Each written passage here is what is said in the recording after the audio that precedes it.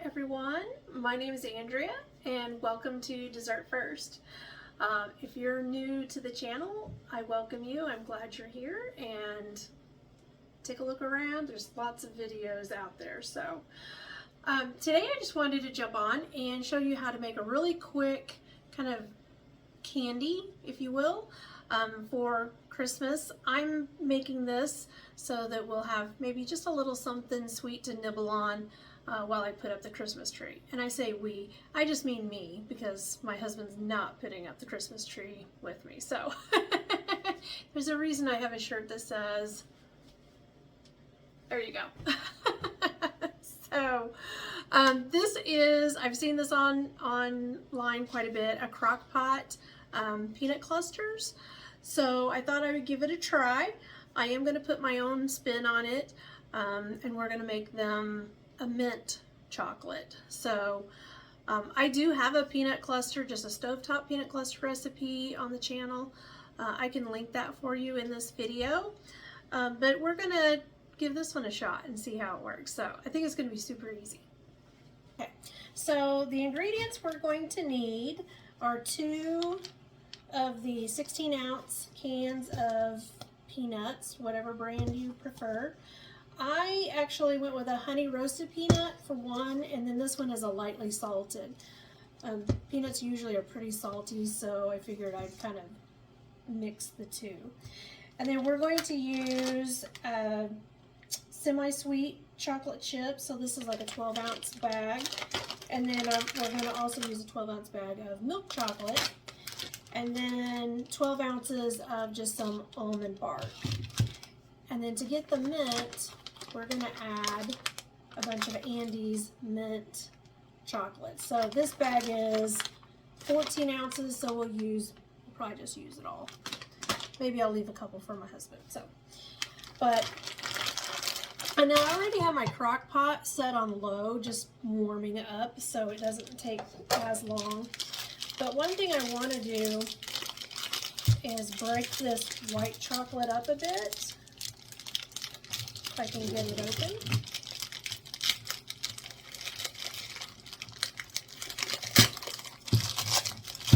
Because if you just throw it in like this, which I've seen them do, it's so thick. It's going to take a lot longer for this to melt than it is for a chocolate chip. So we're going to help it along a little bit. So, and I'm just going to kind of break it up. I'd like to say this is my chocolate cutting knife. I got this knife as part of my knife kit for my culinary classes years ago. And it's really too big of a knife for me, but it works great for chopping chocolate. So my husband has bought other knives that are a bit nicer and a little smaller, easier for me to handle. So, all right, let's put a wet paper towel under there to keep that from sliding around.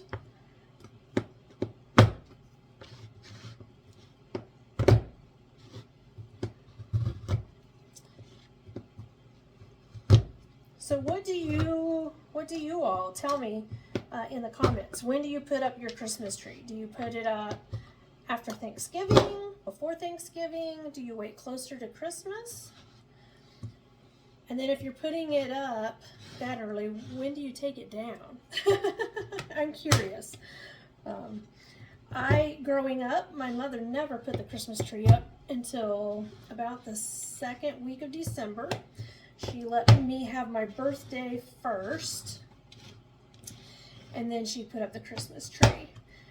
But I now like to put the tree up the day after Thanksgiving because I'm off work and I have time, and it usually takes me 2 days, because by the time I get the tree all put together and get all the lights strung on it, I'm done for the day. And then I decorate the next day. But I'm excited this year because I bought a new tree that has the lights already on it. So I'm hoping I can get it all decorated all in one day. So we'll see how it goes. All right. So in our crock pot,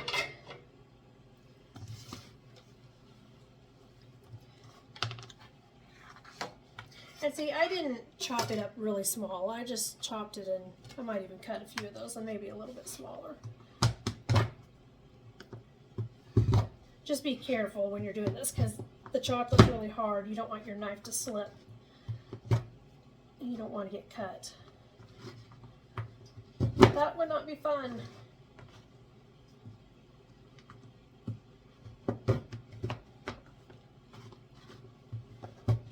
Okay. We're going to call that good.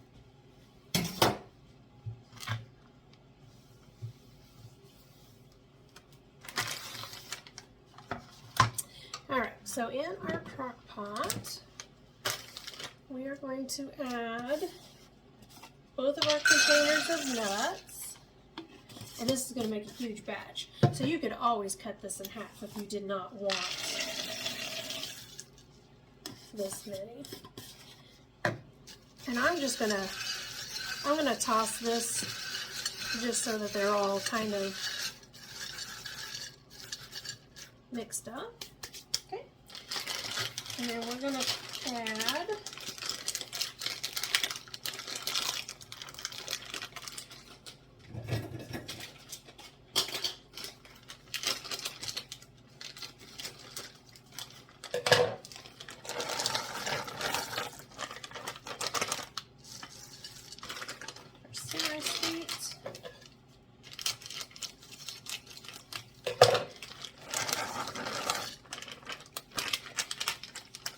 milk chocolate.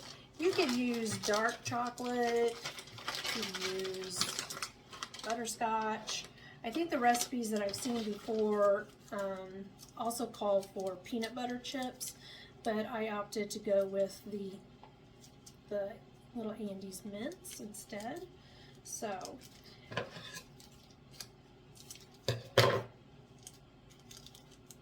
this is going to take a little while to get all of these out here.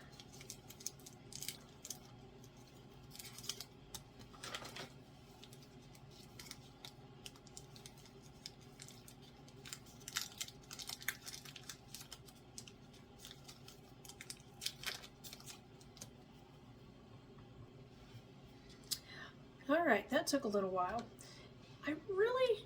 I seem to remember, or at least I think I remember, seeing mint chocolate chips. Baking. Sorry. I think a delivery guy's come by. I'm pretty sure I've seen mint chocolate chips in the baking aisle before, but the store that I was at yesterday did not have those, so this was what I went with. But if your store does, then that's much faster. So, but anyway, so I got all of those in, and then we're just going to take our white chocolate. We're just going to dump that right on top.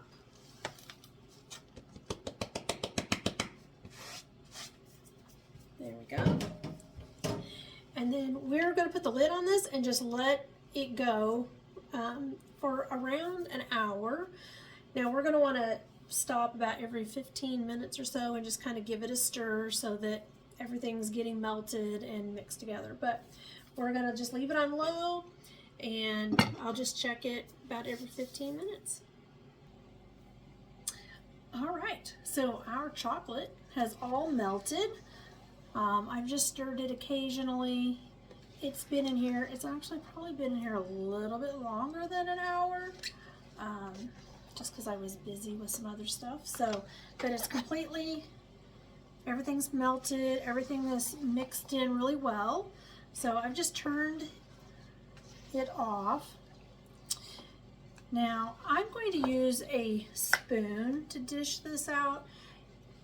I have a cookie scoop, but they would be like really small, and I want these a little bigger. So the next size up a scoop I have is an ice cream scoop, and that's way too big. So I'm just going to use a spoon and dish them up. I've got 2 sheet trays here that are lined with parchment paper that I'm going to put these onto. And I'm just going to go with a bigger spoon, slightly bigger than an actual cereal spoon, so it's probably like a soup spoon. So we're just going to use that, and I'm just going to scoop and just put them on there.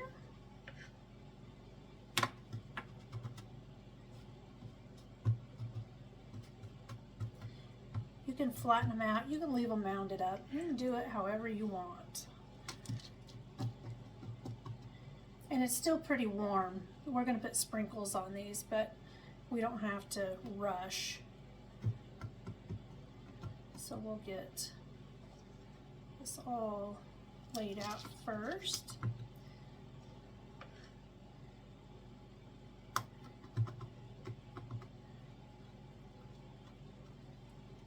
And like I said earlier, this is going to make a big batch. You're going to have a lot. But if you're doing like a cookie exchange or candy exchange or a work party or any kind of party where you're going to have a lot of people, this is great to take. And you can make this, you know, a week or so in advance, and just store them in an airtight container. You could even put them in a Ziploc bag once they're set up nice. Then you could always just put them in a Ziploc bag and store them. And they don't necessarily need to be refrigerated either, so. I think some of those got a little bigger.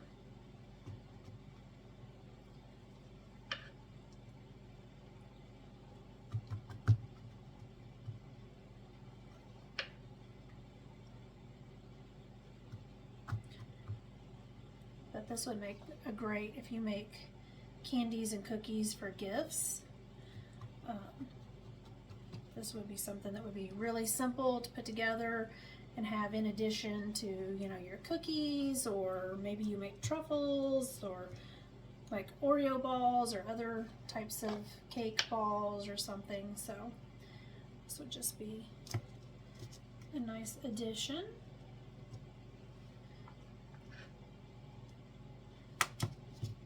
Since this has mint in it though, you might want to package them up individually.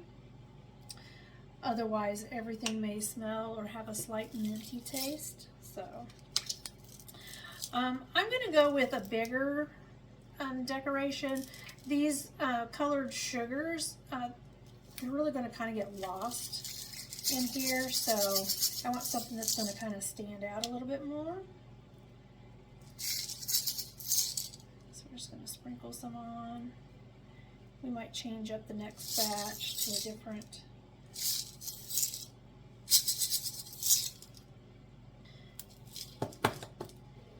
I'm going to dish the rest of these up on a tray.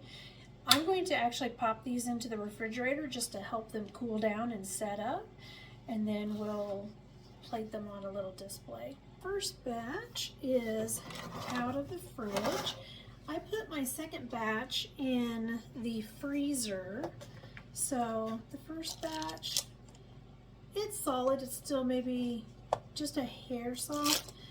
So either one works. The freezer maybe is just a little bit more formed, but either one will work. So, and then on these, I just put different sprinkles on. So kind of get a variety of sprinkles. So I've just got a little tray here. So if you were just setting some out in your home, then you could do something like this. If you were taking them somewhere, you could put them in a tin, a cookie tin, or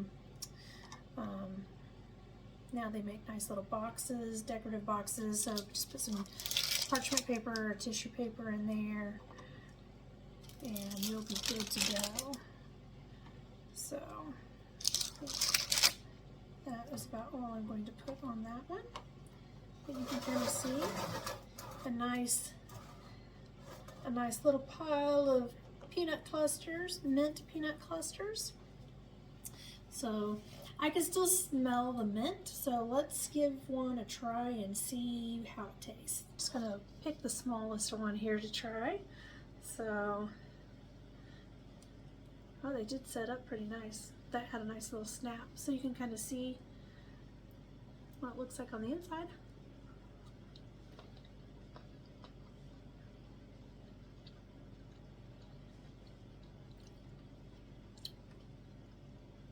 These are really nice.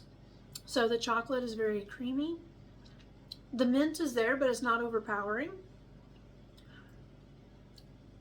I was afraid as strong of mint I could smell that it would be really overpowering, but it's actually not. So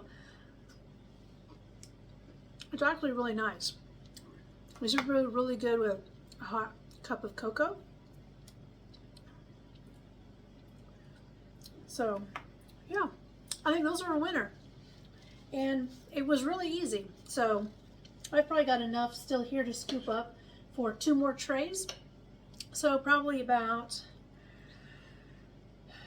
12, 18, it's about 3, so probably about 6 or 7 dozen of them. Just depends on what size spoon you use and how big you make them. So, but yeah, these are really good. That was super easy. So it'll be a great addition to your whatever you're doing for Christmas. So I hope you have a happy holidays. If you try this, let me know what you think. If you like the mint in it or not. I think it's nice, and the mint kind of helps to cut some of the sweetness too. So, but anyway, until next time,